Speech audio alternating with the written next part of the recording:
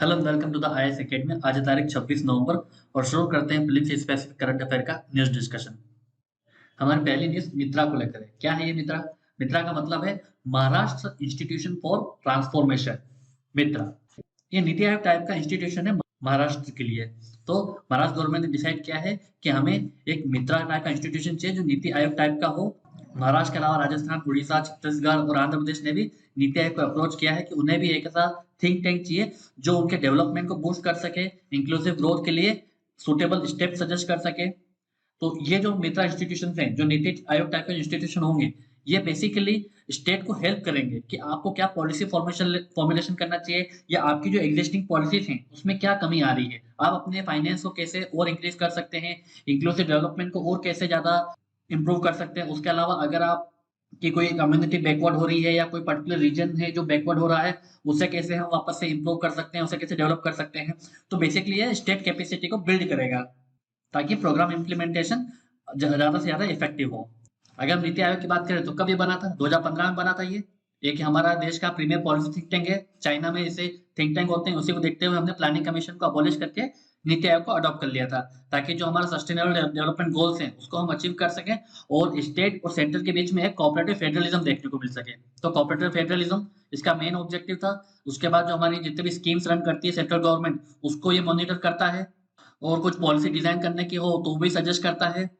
और मोस्टली ये knowledge hub के रूप में काम करता है कि आपको ये क्रिटिकल इनपुट देता है पर्टिकुलर जैसे इंक्लूसिव डेवलपमेंट में या फिर क्लाइमेट चेंज में, पॉवर्टी, अनएम्प्लॉयमेंट को लेके ये बेसिकली पूरा एक नॉलेज हब की तरह काम करता है जो सेंट्रल मिनिस्ट्रीज हैं, जो हमारे केंद्र सरकार है, उन्हें वैल्यूएबल इनपुट प्रोवाइड करता है। अगर हम कंपोजिशन की बात करें तो प्राइम मिनिस्टर के चेयरमैन होते हैं और इसमें एक्स ऑफिशियो मेंबर होते हैं जो कैबिनेट से आते हैं। उसके अलावा जो गवर्निंग काउंसिल होती है उसमें सीएम होते हैं। सीएम के अलावा इसमें सीएम के अलावा यूनियन टेरिटरी के एलजी इसमें शामिल होते हैं और रीजनल काउंसिल बनाने की अगर जरूरत पड़ती है तो रीजनल काउंसिल भी बनाई जाती है। इसके अलावा जो सीईओ होता है वो कौन फिर अपॉइंट करता है? हमारे प्राइम मिनिस्टर अपॉइंट करते हैं उसे। अगर हम नीति आयोग के इनिशिएटिव की बात करें तो क्या क्या इनिशिएटिव इसके? एक तो सस्टेनेबल डेवलपमेंट गोल का इंडेक्स निकालता है ये। उसके बाद कंपोजिट वाटर मैनेजमेंट इंडेक्स निकालता है, अटल इनोवेशन मिशन रन करता है, 7 प्रोजेक्ट रन करता है, एस्पिरेशनल डिस्ट्रिक्ट प्रोग्राम रन करता है, school education quality index run करता है, डिस्ट्रिक्ट हॉस्पिटल इंडेक्स रन करता है, हेल्थ इंडेक्स निकालता है, agriculture marketing and farmer friendly reform index निकालता है, इंडिया इनोवेशन इंडेक्स जारी करते हैं, वुमन ट्रांसफॉर्मिंग इंडिया अवार्ड्स भी यही इशू करते हैं और गुड गवर्नेंस इंडेक्स भी हमारे नीति आयोग का इनिशिएटिव है। तो यूपीएससी नीति आयोग को लेके इस टाइप से फैक्ट आपसे पूछ सकती है, तो हमें पता होना चाहिए। अब चलते हैं आगे। हमारी अगली news champions of the earth award 2022 को लेकर है। क्यों न्यूज में? क्योंकि इस साल का जो champions of the earth award मिला है वो हमारे देश की पूर्णिमा देवी को मिला है। पूर्णिमा देवी बर्मन, ये एक जूलॉजिस्ट हैं, एक वाइल्ड लाइफ बायोलॉजिस्ट हैं जो हमारे स्टोर्क स्पीसीज हैं जिसको हम सारस बोलते हैं, उनके कंजर्वेशन के लिए उन्होंने कुछ अत्यंत महत्वपूर्ण स्टेप लिए हैं। इस वजह से इन्हें इनके कंट्रीब्यूशन को ध्यान में रखते हुए इस साल का champions of the earth award इन्हें अवार्ड किया गया है। अब हमारे लिए प्लेन्स के पर्सपेक्टिव से ये जानना जरूरी है कि ये अवार्ड जारी कौन करता है। ये यूनाइटेड नेशन इन्वायरमेंट प्रोग्राम जारी करता है, मतलब यूनाइटेड नेशन का इन्वायरमेंट के फील्ड में सबसे बड़ा पुरस्कार है, सबसे बड़ा अवार्ड है। तो यूपीएससी इस पर डेफिनेटली क्वेश्चन पूछ सकती है। अगर हम अवार्ड की बात करें तो यूनाइटेड नेशन इन्वायरमेंट प्रोग्राम ने 2005 से शुरुआत किया था। ये एक एनुअल अवार्ड होता है जो ऐसे लोगों को दिया जाता है जो हमारे इकोसिस्टम में अपना कंट्रीब्यूशन देते हैं, उनको इकोसिस्टम में जो डैमेज होता है उसको प्रिवेंट करते हैं। और ये हर साल 7 लोगों को ये अवार्ड मिलता है जिनकी एज 18 से 30 के बीच में होती है। तो ये फैक्ट यूपीएससी पूछ सकती है अगर इस champions of the earth award के बारे में पूछेंगे। अगर हम पूर्णिमा देवी बर्मन के बारे में बात करें तो इन्होंने एक हरगिला आर्मी बना रखी है। हरगिला आर्मी क्या होती है? हरगिला का मतलब होता है सारस। तो जो सारस का जो आसामी वर्ड है वो हरगिला होती है। तो हरगिला आर्मी इसलिए बनाई जाए ताकि जो हमारे ग्रेटर एडजुटेंट स्टॉर्क हैं उन्हें एक्सटिंक्शन से बचाया जा सके, क्योंकि इनकी संख्या लगातार कम होती जा रही है। तो इसीलिए ये हरगिला आर्मी की इन्होंने एक इनिशिएटिव स्टार्ट किया है। तो अगर हम सारस की बात करें, स्टॉक की बात करें, तो सेकंड रेयरेस्ट स्टॉक स्पीसी है वर्ल्ड का और आसाम में इसे लोकली हरगिला नाम से जाना जाता है। अभी हरगिला आर्मी में 10,000 वुमेन्स को इन्होंने एसोसिएट कर रखा है। इनका काम बेसिकली ये है जितने भी इंजर्ड स्टॉक्स हैं उन्हें ट्रीटमेंट प्रोवाइड करना, उनकी जो नेस्टिंग साइट्स हैं उन्हें प्रोटेक्ट करना। इसके साथ ही साथ ये कपड़े भी बेचती हैं जो उनके मोटिव से बने होते हैं उस बर्ड के, ताकि अवेयरनेस फैलाई जा सके स्टॉक को लेके। और वहाँ की जो महिलाएं जो इस इनिशिएटिव से जुड़ी हुई हैं उन्हें फाइनेंशियल इंडिपेंडेंस भी प्रोवाइड करना। तो ये एग्जांपल जो है हमारे हम मेंस के आंसर में इन्हें इजीली कोट कर सकते हैं। अब चलते हैं आगे। हमारी अगली न्यूज मार्क पोर्टल को लेकर है। मार्क पोर्टल किसने लॉन्च किया है? स्टार्टअप इंडिया ने। अब स्टार्टअप इंडिया के अंडर जो भी आप स्टार्टअप का एप्लीकेशन रजिस्टर कराना चाहते हो वो आप मार्क पोर्टल पे करा सकते हो। तो ये किसने इनिशिएट किया है? ये department of promotion of industry internal trade, जो कि ministry of commerce and industry के अंदर आता है।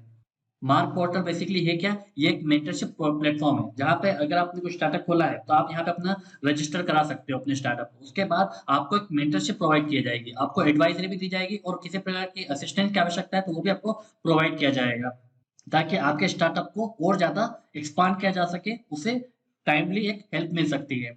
इस पोर्टल की खास बात यह है कि इसमें आपको एकेडमिशियन से कनेक्ट किया जाएगा, इंडस्ट्री एक्सपर्ट के साथ आपको कनेक्शन मिलेगा, उसके बाद आपको कुछ सक्सेसफुल फाउंडर के साथ बात करने का मौका मिलेगा और आपको इन्वेस्टर भी यहाँ पर अवेलेबल हो जाएंगे।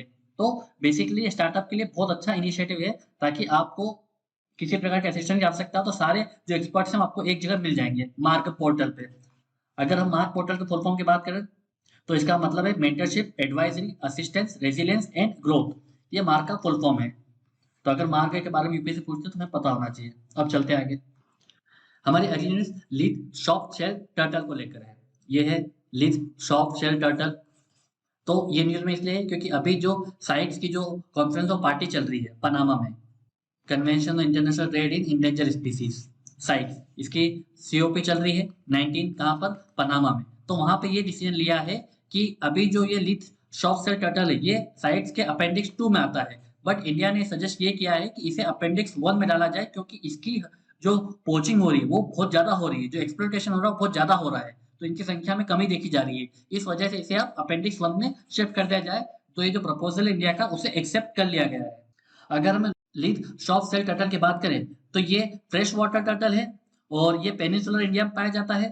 पेनिनसुलर इंडिया मतलब उड़ीसा, मध्य प्रदेश, कर्नाटका, आंध्र प्रदेश, केरला, महाराष्ट्र और तमिलनाडु में। और ये रिवर्स और रिजर्वायर के आसपास पाए जाते हैं। और पिछले 30 सालों से इनका जो एक्सप्लोइटेशन है वो लगातार बढ़ते जा रहा है। एक तो इनका बहुत ज्यादा पोचिंग हो रही है, इलीगली कंज्यूम हो रहे हैं, इनके इलीगल ट्रेड भी इनका बढ़ता हुआ देखा गया है। अगर हम आईयूसीएन स्टेटस की बात करें तो ये क्रिटिकली इंडेंजर की कैटेगरी में आते हैं। और हम Indian wild life protection act की बात करें तो इसे शेड्यूल 4 में रखा गया है, ताकि इसके ट्रेड में और इसके हंटिंग को कंट्रोल किया जा सके। अब चलते हैं आगे। हमारी अगली न्यूज अग्नि-3 मिसाइल को लेकर है। अग्नि-3 मिसाइल क्या है? ये एक इंटरमीडिएट रेंज बैलिस्टिक मिसाइल है। बैलिस्टिक मिसाइल का मतलब क्या होता है? जो कि एक ऑर्बिटल पाथ को फॉलो करता है। तो इससे क्या होता है, जो ये जो रेंज होती है ये आपके रडार से छुप जाती है, तो ये आराम से अपने जो प्री डिटरमिन्ड टारगेट है उसको इजीली हिट कर सकता है। तो इसे डेवलप किसने किया है? हमारे defence research and development organisation DRDO. अभी न्यूज में इसलिए क्योंकि इसका एक सक्सेसफुल ट्रेनिंग लॉन्च किया गया था एपीजे अब्दुल कलाम आइसलैंड से, उड़ीसा से।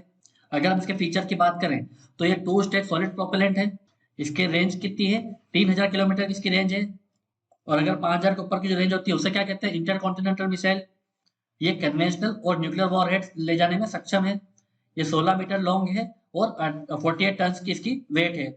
ये 1.5 टन का वॉरहेड ले जा सकती है और इसे carbon all composite heat shield के साथ कवर किया गया है। तो ये जो बेसिक फीचर है अग्नि-3 के। अब चलते हैं आगे। हमारी अगली news front of packet labelling FOPL को लेकर है। दरअसल हुआ क्या? एफएसएआई ने, food safety and standard authority of India ने ये जो लेबलिंग है फ्रंट ऑफ पैकेट लेबलिंग इसे मैंडेटरी कर दिया है फॉर इंडियन स्नैक इंडस्ट्री। और ये 4 ईयर्स में आपको कंप्लीट तरीके से इसको इम्प्लीमेंट करना पड़ेगा। तो एफओपीएल है क्या?